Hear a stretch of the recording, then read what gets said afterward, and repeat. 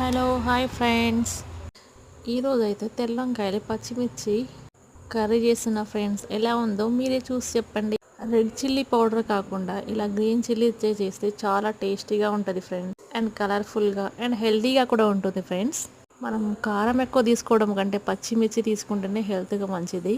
So అందుకని ఈరోజు అయితే ఈ కర్రీ చేస్తున్నా. ఎట్లుందో మీరే చూసి చెప్పండి. పచ్చిమిర్చి, ఆనియన్, టమాటో, బ్రింజాలు అన్నీ కట్ చేసేసి పక్కన పెట్టేసుకున్న. కడాయిలో కొంచెంత ఆయిల్ వేసుకొని ఆనియన్స్, పచ్చిమిర్చి, పోపు గింజలన్నీ వేసేసుకొని అల్లం వెల్లుల్లి పేస్ట్ కూడా వేసేసుకొని ఒక 5 మినిట్స్ పాటులో పెట్టి ఉడికించి తర్వాత బ్రింజాలు వేసేసిన ఫ్రెండ్స్. దీన్ని ఒక 3 మినిట్స్ పాటు ఆయిల్లో వేయించిన తర్వాత ఈ మసాలా పౌడర్, ధనియాల పౌడర్ కూడా వేసేస్తున్నా ఫ్రెండ్స్ పైన.